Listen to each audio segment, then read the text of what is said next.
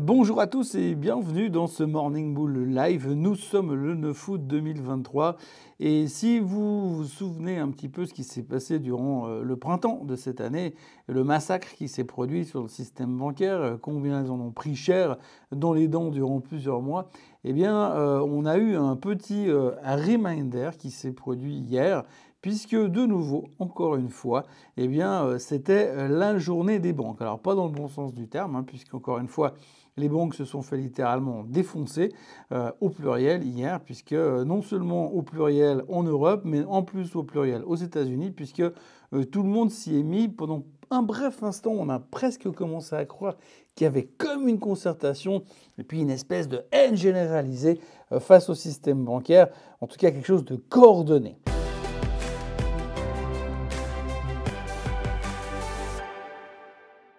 Donc oui, si on prend un petit peu les choses dans l'ordre, la première nouvelle qui est tombée hier sur les banques, pour les banques et plutôt en défaveur des banques, c'est le gouvernement de Madame Meloni en Italie qui a donc décidé, juste avant de partir en vacances, ils ont fait une dernière loi, ils ont dit on va choisir une loi et après on se casse, on se barre, on sera plus là pendant quelques semaines et on laissera se débrouiller avec. Cette loi, eh bien simplement, ils sont partis du principe que si vous voulez, depuis le début de la hausse des taux en Europe, eh bien les banques ont profité de cette hausse des taux puisqu'elles ont commencé à immédiatement augmenter les taux de crédit vis-à-vis de leurs clients, ce qui veut dire que directement, derrière, ils ont fait du pognon parce qu'ils ont été intelligents, ils ont monté les taux de crédit, mais par contre, ils n'ont pas du tout monté les taux de l'épargne. C'est-à-dire que finalement, les gens déposaient de l'argent, ils ne touchaient pas plus qu'avant, mais par contre, s'ils empruntaient, alors là, par contre, ils se faisaient avoiner parce que tu comprends, les taux sont en train de monter. Donc voyons cet événement, on va dire, assez courant dans les phases de hausse de taux dans le monde entier, dans le système bancaire. Eh bien, le gouvernement italien a donc décidé que dorénavant, les banques seraient taxées à 40% sur ce genre de bénéfices. Résultat, ça devrait générer quelque chose comme 2 milliards de revenus supplémentaires au gouvernement. Et ces 2 milliards de revenus supplémentaires seront immédiatement utilisés pour faciliter l'accès à la propriété pour ceux qui n'ont pas les moyens. Bon, ça rappelle un film qui s'appelle Robin des Bois. C'est rigolo. Bon, ça suffit. Mais on n'aurait pas pensé que ce serait la droite italienne qui viendrait présenter un truc pareil. Toujours est-il que pour les banques, on n'a pas aimé du tout, il n'y a pas d'autre terme. Tout le secteur bancaire européen s'est fait démonter.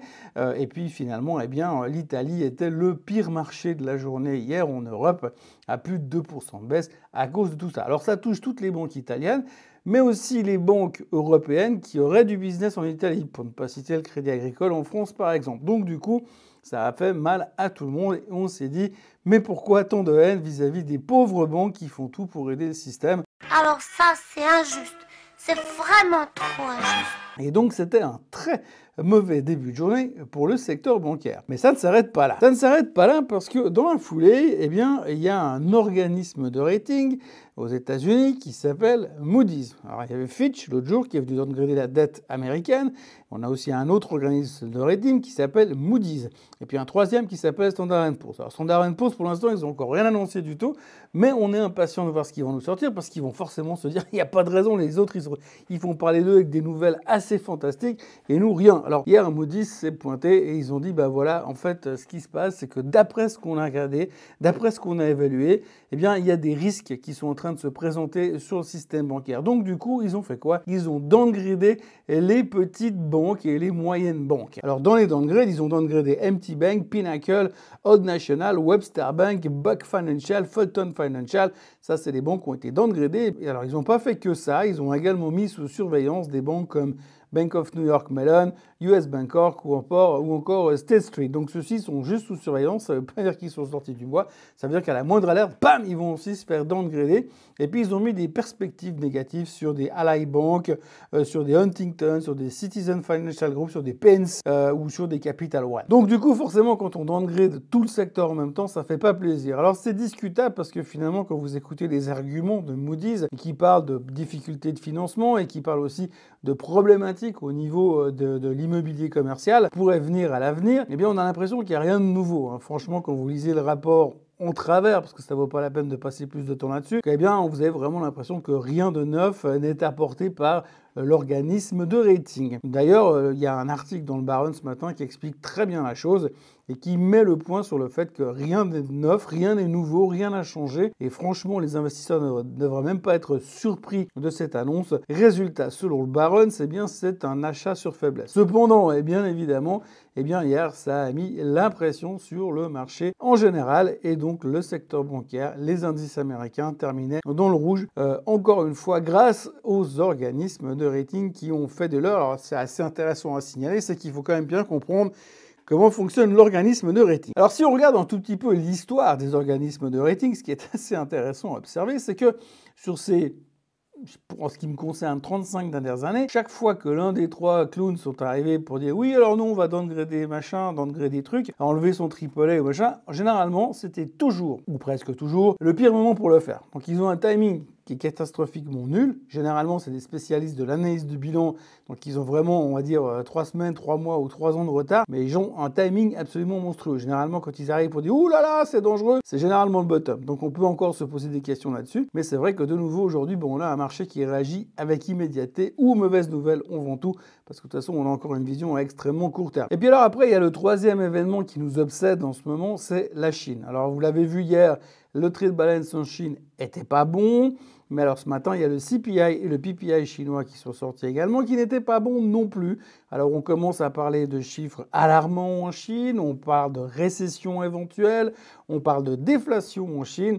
Bref, tout le monde commence à se rendre compte que c'est un problème, que le rebond chinois annoncé post-Covid, pour l'instant, il est juste mort, on dirait un chien écrasé au bord de la route. Alors la seule chose qui nous sauve pour l'instant, c'est que plus ça se dégrade, plus on a l'espoir de voir M. Xi Jinping arriver sur son cheval blanc pour nous annoncer que, oui, il va faire un stimulus pour redynamiser l'économie chinoise. C'est le seul truc qui nous sauve encore aujourd'hui et qui fait que les marchés ne décrochent pas plus que tant, en tous les cas en Chine. Alors il faut aussi noter hier que le trade balance aux États-Unis est sorti et que lui aussi n'était pas terrible, qu'il y avait pas mal de questions à se poser sur le fait que les Américains importent beaucoup moins en ce moment parce qu'ils consomment aussi beaucoup moins.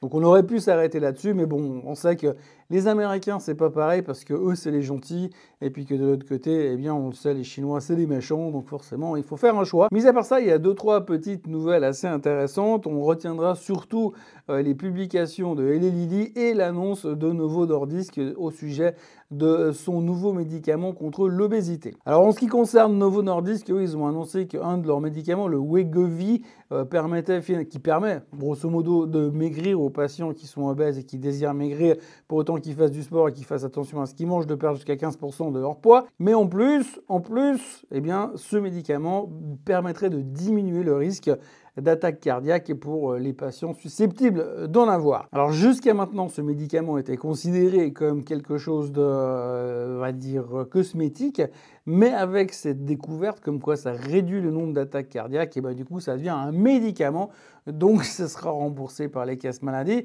Résultat, c'est hyper positif. Résultat, Novo Nordisk a pris 15% et devient du coup la deuxième plus grosse capitalisation boursière européenne, juste derrière les sacs à main de monsieur Bernard Arnault. Et dans la foulée, donc, Eli Lilly a publié des très bons chiffres trimestriels.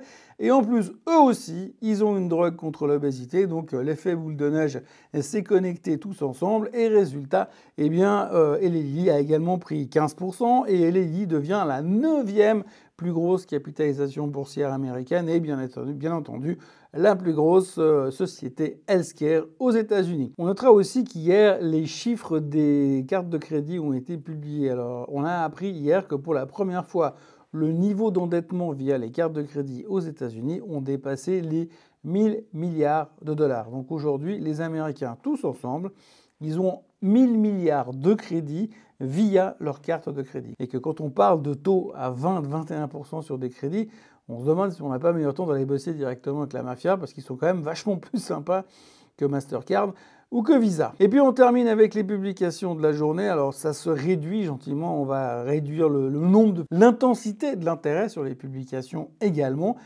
jusqu'à celles de Nvidia qui viendront sur le 25 août. Mais pour ce qui est d'aujourd'hui, on a Swissquote qui va publier ce matin, et puis cet après-midi, on aura des boîtes comme Disney qui publieront. Disney, ça sera intéressant à voir parce que beaucoup de polémiques en ce moment sur le type de film qu'ils font aujourd'hui et l'incapacité du CEO à renverser la tendance. Et puis à retenir aussi que Roblox publiera aujourd'hui. Pour ce qui est des chiffres économiques, il n'y a Rien du tout aujourd'hui. On retiendra simplement qu'il y aura les inventaires pétroliers ce soir et ce sera encore une fois intéressant à observer.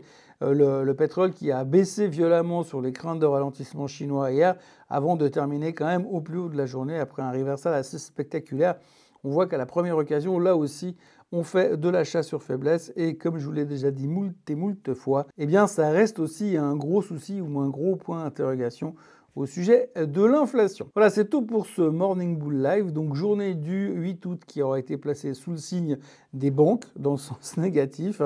Et puis aujourd'hui, on va continuer à surfer un peu sur la vague. Pour l'instant, les futurs ne font pas grand-chose. Et puis on va commencer gentiment à se préparer pour les chiffres de l'inflation qui seront publiés demain. Voilà, moi je vous encourage à vous abonner à la chaîne Swissquote en français, à liker cette vidéo si vous avez aimé et à me retrouver demain matin pour un nouveau Morning Bull Live.